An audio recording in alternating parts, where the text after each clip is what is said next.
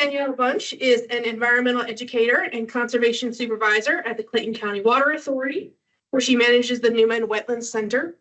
With a master's degree in environmental education from NYU, she has worked with organizations such as the International Crane Foundation and Georgia's Department of Natural Resources. As co-founder of Just Language and Ecology Education, she also advocates for more inclusive language, environmental terminology. So everyone, please help me in welcoming Danielle Bunch to the Georgia office. I think I'm shorter than Robin. So the whole podium goes lower too. I feel like that's. Can everyone hear me? Yes. Yeah. Perfect. All right. I am going to tend to move away from the microphone, so just wave me down if you can't hear me. Okay, so I was going to introduce myself, but thank you for that. I know I don't need to. But I am excited to talk to you today about something that's really important to me and to our community in Clayton County. So I know that you all just listened to another water-centered program, but I'm still going to start from the very beginning just to make sure we're all on the same page as we're moving through the whys of how we got, and the whys and hows of Clayton County's water reuse system. All right, so what is a watershed? Can anyone tell me what a watershed is? Anybody know that term? Anybody? Okay, maybe it's good that I started. All right, so a watershed is just all of the land area that drains to a common body of water. So it can be draining rainfall, it's draining snowmelt, whatever it is, wherever that water ends up, that becomes the watershed. So that was a little vague.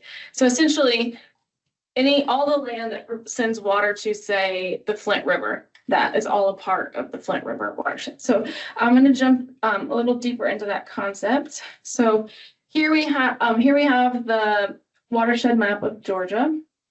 That seems so loud. I'm sorry. You can see. Can you see the mouse up here? Yes. Okay. So you see the Chattahoochee River comes down to the west side of Atlanta. The Flint River is kind of in the central part of Metro Atlanta, and then the Ocmulgee is more of the east side of Metro Atlanta. If we zoom in to Clayton County, you can see that a little over half of the county is in the Flint River Basin, and a little less than half is in the Ocmulgee River Basin. So anytime it rains in this orange area, the water either soaks into the groundwater or flows over the land back into the Flint River. So there's a little video I made on Google Earth to help us better orient with the watersheds in Clayton County. So we start with the Georgia map. You can see the yellow is the Chattahoochee River Basin, the green is the Flint River Basin, and the blue is the Ocmulgee River Basin. The Flint and the Chattahoochee come together into the Apalachicola and flow into the Gulf. The Ocmulgee connects with the Oconee and flows out into the Atlantic through the Altamaha. So if we zoom in, here are all the waterways in Clayton County. Purple are polluted, blue are healthy waterways. If we zoom in all the way to where we're sitting now at Georgia Archives, we can see we are in the Flint River Basin. So if we go outside and put thousands of gallons of Kool-Aid in the parking lot, it would eventually flow into the nearest creek, which is Jester's Creek. And my video is not as fast as I am, so give me a second to catch up. So here we are at Jester's Creek. We're kind of near the headwaters of that. And then that, there it comes. Obviously, when I practice, I talk slower than when I'm nervous. So the Jester's Creek flows into the Flint River. Now, thinking about the Flint River, that's one of it's probably the largest body of water in Clayton County, but it is just really getting started up by the airport. So we're thinking about the headwaters are a spring coming up, and then it's been concreted over for a while, for a ways, and then it comes back out into the open air around the Delta Flight Museum. And so there is not a lot of water in the Flint River in Clayton County. Then if we go over to the Ocmulgee side, there are no rivers on that side. They're just streams and creeks. So again, not a lot of water in a county that is very densely populated, to almost 300,000 people. I think I caught up with, I left the video behind. Sorry. All right, so I was mentioning when the water comes back to light, this is it. It's a fenced-in, highly secure area at the Delta Museum. And you see there's not a lot of water in there, right? So in a drought, and in times when we just have a really hot summer even, we don't have great access to water.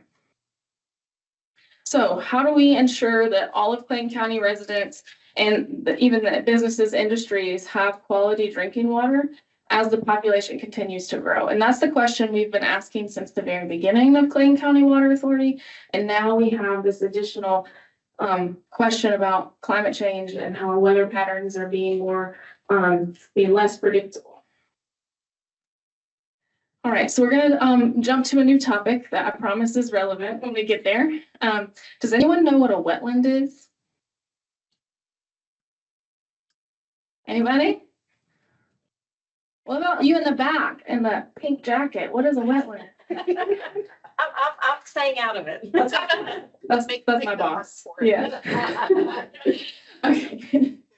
So a wetland is a habitat type that is sort of the transition zone between a terrestrial ecosystem and an aquatic ecosystem.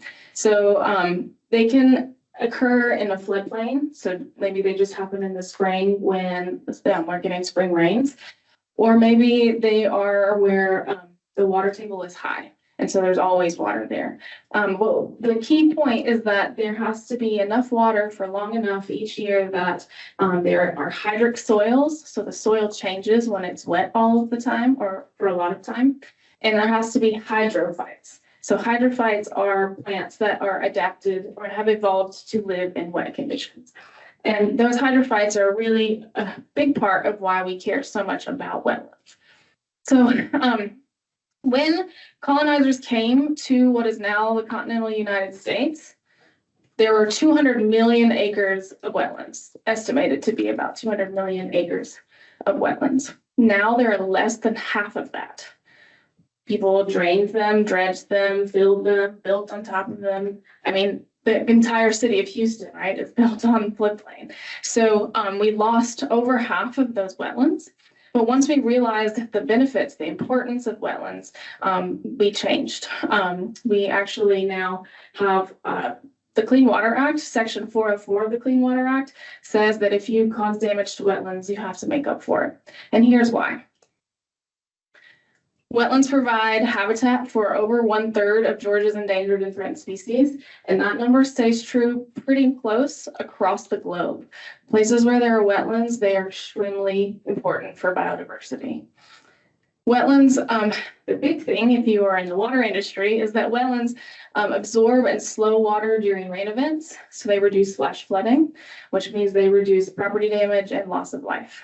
So they're essential for helping us mitigate flooding. Additionally, they help us in droughts because they store water and they slowly release it into the groundwater and nearby water bodies. So thinking about unpredictable weather and climate change, we need to have wetlands as our mitigation, as a way to help us manage floods and droughts. Right. They also slow water flow, which allows sediments and debris to settle out of the water. That's one way it filters the water. The other is that the plants and bacteria are using nutrients and filtering out pollutants in the water. So they are nature's water filter. I like to think of them as a sponge. Actually, that's a well-known, metaphor, but they are much like a sponge because they absorb water, hold water, and they filter water. Additionally, they provide excellent recreation areas. My last decade of my career has depended on this, right? I've been serving in a wetland area, helping people enjoy passive recreation. So there's many other reasons to love a wetland, but these are some of the biggest. The last I would say, since we have a tourism authority person in the room, I'm just kidding. I'm just giving you a hard time. But wetlands are essential in the places where they exist for tourism. Think about how many people come to Georgia to see the Okefenokee Swamp. Think about how many people go to Florida every year to see the Everglades. So they are truly important and economically and environmentally. All right, so we're going to jump now to the story of Clayton County Water. It's very much an abridged version. So we were mandated to exist by the Georgia General Assembly in 1955. By 1956, we were serving an average of 460 customers, and we were producing about 250,000 gallons of water per day, this drinking water. By the mid-60s, we were starting to have to answer that question, how do we provide water here in Clayton County for a growing population? So we built our first reservoir, and full capacity is 300 million gallons of water. By the mid-70s, we know Clayton County's population was growing exponentially at that point. That's when people had more access to cars, people were leaving the city. That's a whole other talk about that. That's when really this sprawl was starting. So we had to figure out how to manage wastewater. And in the 70s, we added 3 new wastewater plants that could process over 14 million gallons of wastewater per day. We also were continuing to enhance our drinking water plants because we had more demand for clean water. During this time, we were continuing to ask, how do we keep water here in the county? How do we have water even in a drought? And so we learned about something called land treatment. This is, or land application is the other term. And this is a method of applying treated wastewater to the land, and the water then filters back into the groundwater. Or if the ground is saturated, it flows back into nearby bodies of water. So we wanted to do that, and we started acquiring land. And I mean, thousands of acres of land in Clayton County so that we could have have a land application system. So we opened our first land application system for use in 1980. It was a total of 3,500 acres.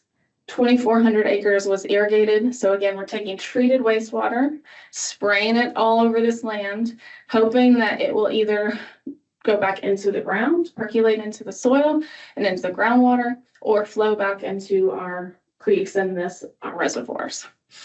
This took 250 miles of pipe and 18,000 sprinkler heads. Yeah. It took about 100 acres of land to process 1 million gallons of treated wastewater per day. So remember I was saying the plants were processing about 14 million gallons per day.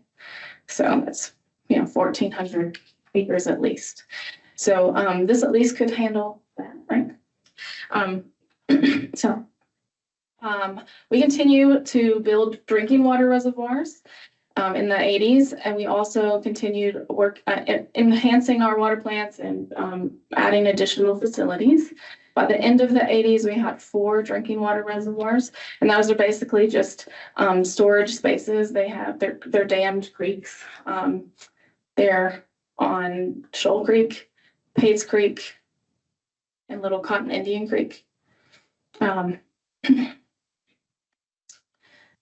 So by the 90s, continuing this ever chasing the growing population, always trying to keep up, and generally staying ahead of the curve. In 1995, something very important happened. Newman Wetland Center opened to the public. That's my baby. But Newman Wetland Center even exists because of this ongoing desire to have enough water for our community and have an excess of water in the community. Like I was saying earlier, the Clean Water Act requires you to mitigate any damage you do to wetlands. Well, we knew we wanted to build the Shoal Creek Reservoir, but when we did so, we knew we would be flooding wetlands along Shoal Creek.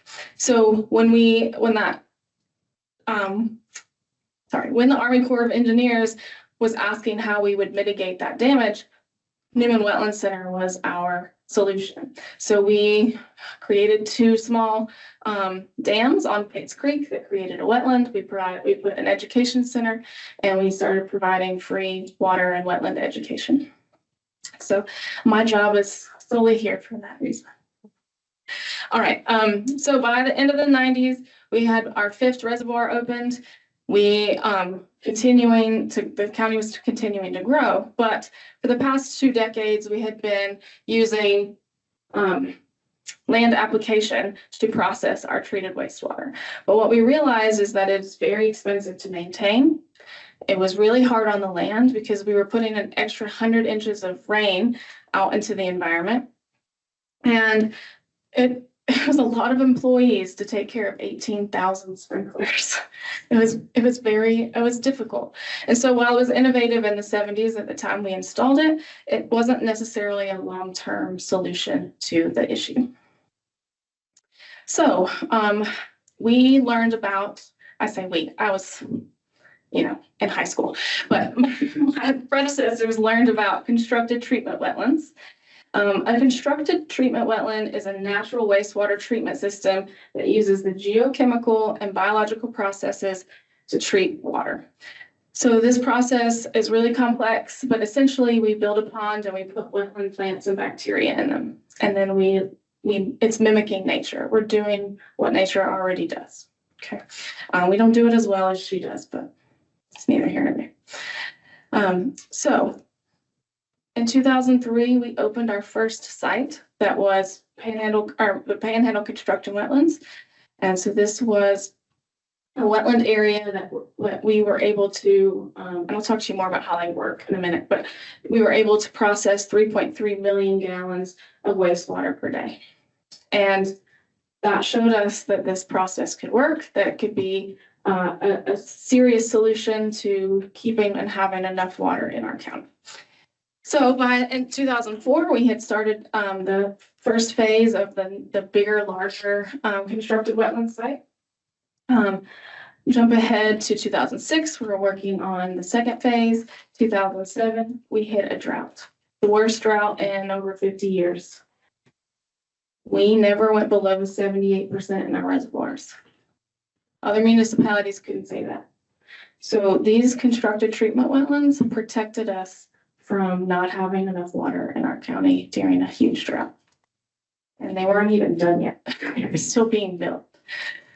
So by 2008 and 2009, we were winning awards for this process. People came from all over the world to see our wetlands. They still do. I've given tours to people from all sorts of places, the Netherlands to California to Germany to, I can't remember, a lot of places. All right. So we finished the E.L. Huey Jr. Constructed Treatment Wetlands Facility in 2010. You can ask the coworkers back there. It's probably my favorite place in the world. You'll see why later on in the presentation. So these constructed wetlands, just the E.L. Huey site, this is not including the Panhandle site. They are a direct reservoir recharge. So we're not depending on groundwater flow to recharge the reservoirs. It's a direct input to the reservoirs. There are 583 total acres as compared to the 3,500 we had for land treatment. Only 271 of those acres are wet. So the rest is like roads and grasses between them. If you remember, for the land application, it took 100 acres to process 1 million gallons of treated wastewater per day. It only takes 15.6 of these wetlands to process 1 million gallons of treated wastewater. So our average is 17.4 million gallons of treated wastewater recycled in our county every day. That means that we recycle about 90% of our water, and the rest goes back into the Flint. All right, so this is a Google Earth view of the E.L. Huey Constructed Treatment Wetlands, E.L. Huey Jr. There are 25 ponds over that 583 acres. So if you look, these top ponds, there's generally a pump station. The water comes from the treatment plant into that top pond. It's actually gravity fed part of the way, but there's a pump station that pumps the water in. Then it is gravity flow only from each pond So like this section is site A. We pump the water to A1. It flows to A2, flows down to A3, flows down to A4, and then goes directly back into Blaylock Reservoir, which is one of our drinking water reservoirs. The same thing is happening on every one of these sets. Here's another view. This is when we first planted it before the cattails came. This is the Panhandle constructed treatment wetlands, much smaller, much more oddly shaped ponds. It's very curious looking from Google Earth. But this is sending water back to our Shoal Creek Reservoir, which is in the Flint River Basin, versus the E.L. Huey site is in the Mulkey River Basin. All right, just for fun, I put in some pictures of what they look like. See why it's my favorite place. This is a sunset, but this is one of the drains. I don't know why I don't have any daytime pictures of these, but this is where the water flows from one pond to the next. There's a catwalk so they can go out and do water testing. All the water coming through here is meets EPA standards. It's safe. It's not potable, but it is safe. And so it's not any different, except for it actually gets additional treatment in the wetlands. So it's actually getting cleaner through this process.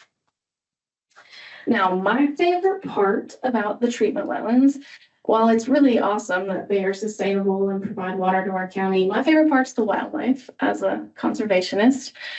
This photo is of just a few of the blackbirds that spend the winter on our treatment wetlands. There's about 1 million. And so we do birding field trips out there. But in a county that is being developed so quickly, and there's very little requirements in terms of making sure you plant trees and making sure you plant native plants. Having the treatment wetlands there as a habitat is utterly essential. Having the land that was previously the land application land still be natural and stay that way as a protection for water quality is essential because we need green spaces. We need them environmentally, economically, but also emotionally. They're really great for us to get outdoors, find peace in nature. There's tons of research that show that life is just better if you have access to green space. And most of the people in Clayton County do not live within a 10-minute walk to a green space. And so we want to keep as much of it as possible. At least I do as a conservationist. Here's some of the other wildlife that take advantage of the treatment wetlands. They have a bald eagle nest, and now they have a condo, so they have 2 nests. Greedy things, I swear. Every year they're in, they have drama with these guys. These are the ospreys that nest on the power pole on the treatment wetlands every year. Every year Georgia Power takes their nest down, and every year they build it back. Very persistent. These are the babies actually for a few years ago. There's shorebirds. So this is a snipe. If anyone's ever been sent on a snipe hunt, they are real. This is a snipe. There are rare birds that use our treatment wetlands as a sanctuary. Not all the time, but this particular species is a purple gallinule, and they came when the Okefenokee was on fire. They sought refuge on our treatment wetlands. So I got to see them for about 2 weeks, and then they were gone.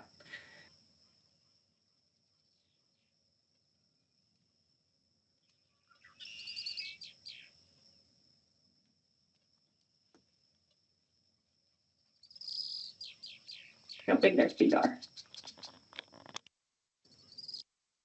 There are migratory birds like this American bittern, wading birds. I love this picture. They look so silly from front on. We usually see them in fall and spring.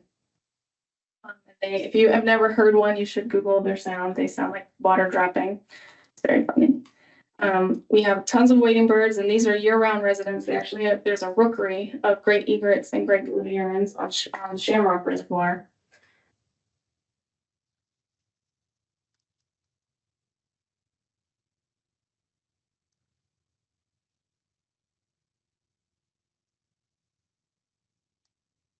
It's one of my favorite videos.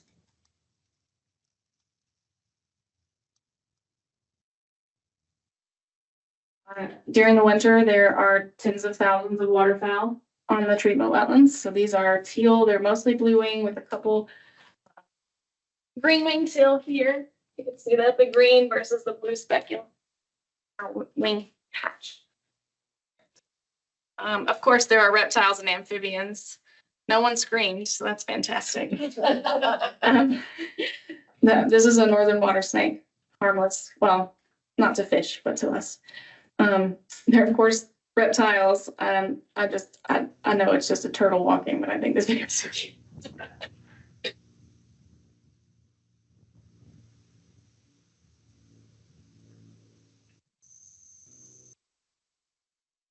Okay, this is my favorite video. There are tons of mammals that live out there too: coyotes, bobcats, mink, beaver, otters, muskrats, some smaller creatures as well. But there are otters all over the place out there.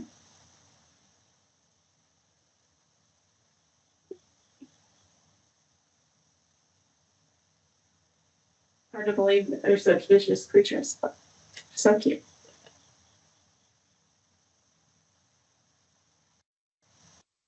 Right. So what's next for Clayton County Water? We are working to upgrade one of our water production plants. Actually, I think we're adding like an annex to it of sorts. It'll be 2 water production plants. This will increase capacity based on the predicted water usage of Clayton County as it continues to grow. And then we're adding the ability to treat for PFAS. Is everyone familiar with that? No. So it's these big words at the bottom right here. Perfluoral, alkyl, and polyfluoral alkyl substances. Basically, they're forever chemicals, or chemicals that are put into a lot of the things we wear or cook with or eat out of to protect from degradation because of heat and other things. So they're really bad for us, and they're in everything because they're in everything we use and buy. So it is now federally regulated. You have to by 2029 be able to take the PFAS out of the water. We're also upgrading our KC wastewater plant's biosolid system. So I didn't highlight this during the presentation, but we have this really sustainable system where we take the solid waste that comes from the wastewater, we clean it, disinfect it, and then we use it as fertilizer. We sell it as fertilizer. And so farmers all over South Georgia use that. It keeps it from going to landfills. So, but we're increasing capacity because, again, the county is forever growing. And then we're also going to use the biogas that comes from it to fuel parts of the plant. And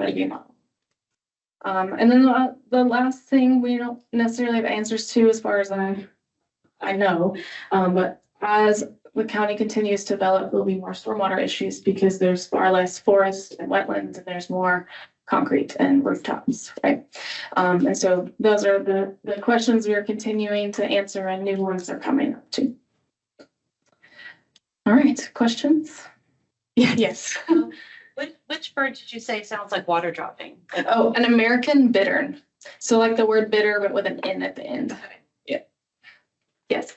You ever have to deal with terrestrial pollution that could affect the effectiveness of land treatment? What do you mean?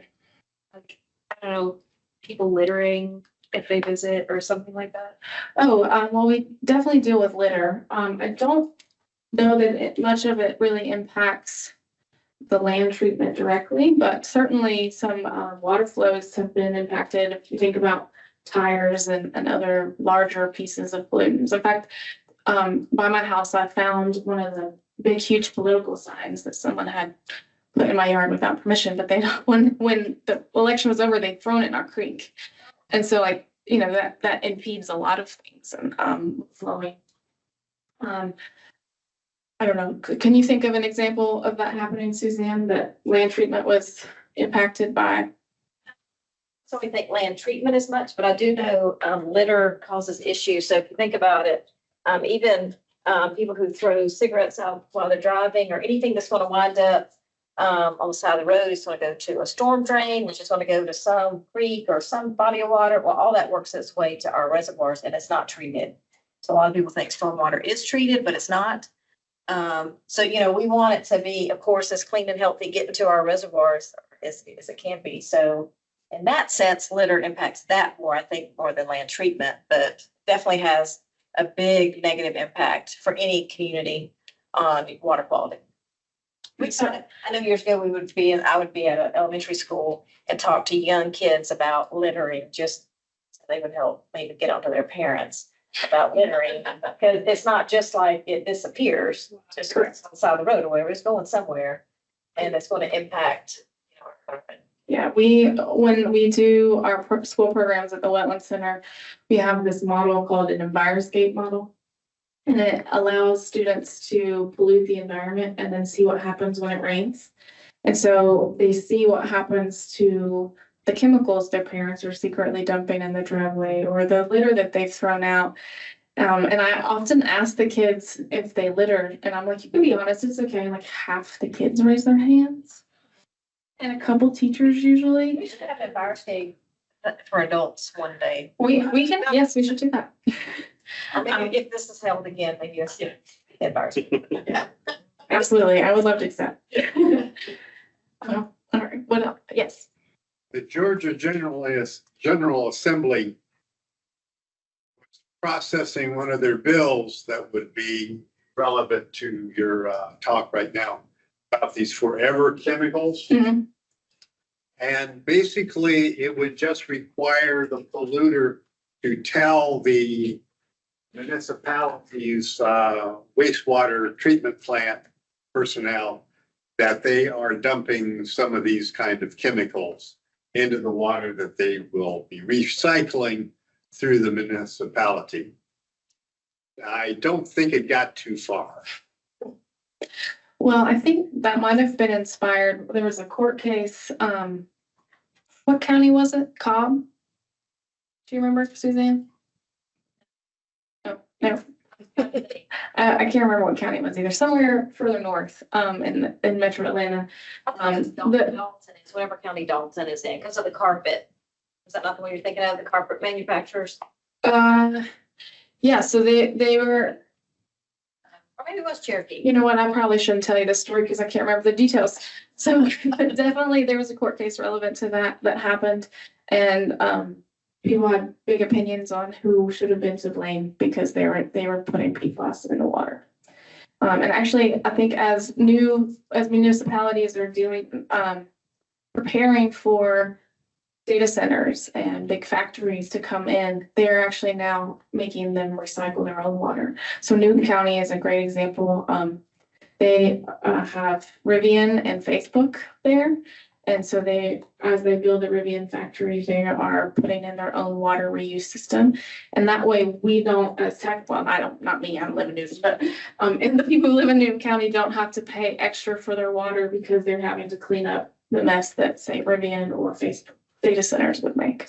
So, yeah. Can you talk a little bit about the programs that you do at the Wetlands Center? Sure. Education. Absolutely. So she asked what programs we do at the Wetlands Center. Our main programming centers around the water cycle and wetlands, of course. But we do everything from, forgive me, I should have brought my water up here. They do everything from pH and dissolved oxygen testing to birding to night hikes to thank you. Recently I've been taking kids to explore creeks, kind of less structured than we have previously done, and they get to find salamanders, all sorts of creatures. But the key is to complement what they're learning in the classroom. And then if we have groups that are not coming from a traditional classroom, whether it's like a church group or a homeschool group, or we have senior groups come, I just ask what they're interested in, what they want to learn. And I'll take them birding maybe on the treatment wetlands so they can see their first ever eagle, or, it's a wide range of things. Yeah. Two things. One, what happened to all the land you had previously that you were using in a sprinkler zone? And two, how far are you to capacity where you're going to have to start buying more land? So since we no longer do land treatment, I don't think I was clear about that. We stopped doing that when we built the treatment wetlands. We still have the land. Some of it has, we've done timber harvesting, but allowed it to grow back. We're not selling it, we're not developing it, although we do have plans for additional recreation areas. Hopefully more trails and other, maybe a campground. But because of the initial use when we bought it, like that we agreed to, we can't really alter the use too much. So it's still there. The Wetland Center sits kind of in the middle of it. And as far as your current process compared to Friends, are you gonna have to buy more land for your wetlands? Or are you good for a while? Yeah, we're fine. So in our original site was a little over 3,500 acres of that was dedicated to the land treatment. Our current wetlands are only 583 of those acres, so there's still a lot of space left. That land, that 4,000 number does include two of our reservoirs and our Hicks plant and some natural treatment system buildings, but generally there's tons of places left if we needed to build more treatment wetlands. So the water is going to your wetlands, is it treated at all? To the treatment wetlands or to the wetlands that I manage? Both. To the new wetlands that you developed from the initial procedure? Yes, it is treated in the wastewater plant, just as it would be if we were putting it back into the river. So it still meets all of the EPA guidelines, requirements, and the EPD requirements. So it is treated, I think, 3 different ways in the treatment plant before it comes to the wetlands. So we joke it, we call it tertiary treatment, but it's really the 4th layer of treatment. So it's clean when it gets there, but it's even better when it leaves. Can you address the issue of the forever chemicals? How much processing you have to do above regular water? So we don't currently have the infrastructure to take the PFAS out, but we are building it. Actually, the meeting to start the process is next week. They already have an RFP out. We've already, I think, picked a company to do model, and one plant, the Hoover plant, will get remodeled, and the Hicks plant, we're adding an annex to it, and that will address the PFAS. So it has to be done by 2029. Good. Yes. I know that a lot of people feel like for their drinking water, they want to filter their water, and also for the bath water, they feel like they need to filter it. So I've always thought that Clayton County was perfectly safe to drink, and I don't know, I'm sure it is, I'm sure. Yeah, so we actually, I drink it. This is tap water. Some folks, depending on their pipes, might need a filter because of taste issues. Or if they have old pipes.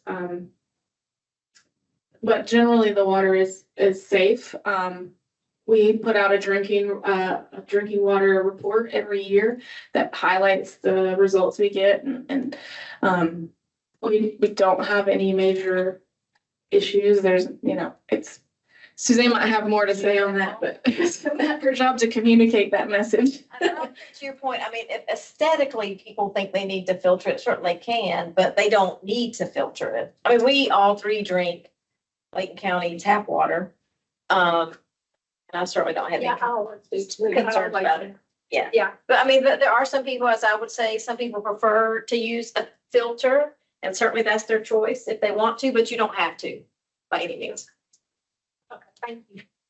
And I have never heard of people filtering their bath water. But that's it. Any other questions? You mentioned about the data centers and such. Mhm. As I understand, they are electric hogs and water hogs. And they come in and they will request, like Georgia Power, to do these other plants to give them enough electricity to run. And that boosts everybody else's rate. And one of the things that they also do is take over land, good sized pieces of land. And I have this one article from American Battlefields Trust, is fighting against one that would possibly put their plant on part of the battlefield that is not a national historic site yet. So also this is at Manassas National Battlefield. And the thing is, even though they're drawing out water from the areas, they only replace or turn back about 2/3 or so of the water.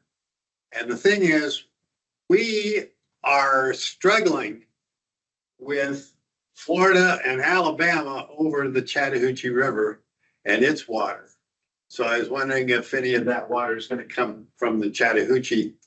And with only 1/3 returned to the water sources, you know, we have enough problems and droughts and such. We don't need any other problem. But these data centers are energy hogs and water hogs. Yeah, so I'm by no means an expert on them, but what I can say is the data centers I was referencing, thinking about Newton County, will not be getting water from the Chattahoochee. They're not in that watershed. And that is why the Newton County Water is requiring them to have their own water reuse systems. And so they'll reuse water until they can't use it anymore, and then they get treated in a special treatment plant, and then they pay their own separate bills versus the people in the community. I know there are several states that have banned, I would have to Google really quick which ones they are, but there are places that don't let data centers come in for those reasons. But and I think all of the battle over the Chattahoochee and Flint River is over because they said it was Georgia's. I think we won that case. Good. Well, good for us, not necessarily for Florida. But the other thing about our treatment wetlands is that since we're recycling water, we're pulling far less water from the Flint River. And we're putting 10% back in the Front River. So we are actually sending more downstream than we otherwise would be without this system. And I don't know if you guys remember when I was saying early on, the Flint and the Chattahoochee come together into Apalachicola and into the Gulf. And the water wars he's referencing, a lot of it came from farmers who wanted irrigation water and from oyster farmers who didn't have enough fresh water for them to be harvesting healthy oysters. So it went all the way to the Supreme Court. Yes. You may or may not know this, the reservoir CS, whichever one's south again. J.W. Smith. It's next to the Flint River. Mhm. And so where the Flint crosses over that bridge right outside, looks like it used to be a park or some sort of facility there. You know anything about that? It's closed now. It's across the street from the reservoir, right at the bridge. You're talking about the plant that's there? It's not the plant, it's across the street. It's like, it has a little bit of trails and a gate. It looks like there used to be something. Yes, it's signage. I have no idea. Do you know? Okay. And that's on North Bridge Road? Yeah, I think that's right. That would be. It's in between the bridge and that neighborhood It's on the opposite side of. from the reservoir, yeah. Yeah, I don't know. Okay. We'll have to Somebody wanted to ask ask me about how they pump the water out of the road into the lake. I was like, this is so cool. I was there after when the river was flooding one time and they were pumping the water up so that didn't flood the road into the reservoir. So I was like, oh, what a good idea. I didn't know that happened. After 10 years of working here, I just learned that. Danielle, can we mention our open house that's coming up on Saturday, May 3rd? Yes, what time is it? It's from 10 to 2. It's at our Hicks Water Production Complex, which is at the corner of Freeman Road and Terra Boulevard. It's part of our National Drinking Water Week festivities. Can everybody hear her? And like I said, 10 to 2, and we have abbreviated tours, but you can come in and take a tour of that drinking water plant and meet some of our water professionals, ask questions. And that's the plant where we're going to add more capacity by building a new plant right next to that one with this advanced drinking water technology to get rid of the PFAS. So that's a really cool thing to come see the plant, meet some, we will be there. I don't know if Danielle will be, because you're. Depends on how quickly we hire someone. But yeah, so that open house, we have it every year and it's the first Saturday in May. And it's a good event and really just fascinating to come learn more about how we turn raw water into drinking water. Yes. Yeah, And the guy who gives the tour is very good. Yes, so that, yes. What's the address? Yeah. What, sorry, what's the address? So, or what's it? 1693 Freeman Road in Jonesboro. So that was Freeman Road. It's the corner of Freeman Road and Terrible. It's where I have to send my mail. So, Okay, yeah. I think 2610 Shamrock Road, which is our community use building. yes, 2755 Freeman Road is. It's in between like the Justice Center and Lovejoy. Okay. Yeah, it's a brick building, looks like an office building. Yeah. That's on Lovejoy. Yes, that's Nice, you saw it yesterday too. All right, we have time for maybe one quick question. Is there any more? Yes. You may not know the answer. Generally speaking, does a state own the river that begins and goes through their state? Or is it always a battle between the different states that a river goes? But you may not know that. Well, I think that the precedent set by the lawsuit between Georgia, Florida, and Alabama over the ACF basin, the Apalachicola, Chattahoochee, and Flint River basins, set the precedent. So, I mean, I think that precedent now says that, yes, if the water starts in a state, it's theirs. I would think. Again, I did not go to law school, so.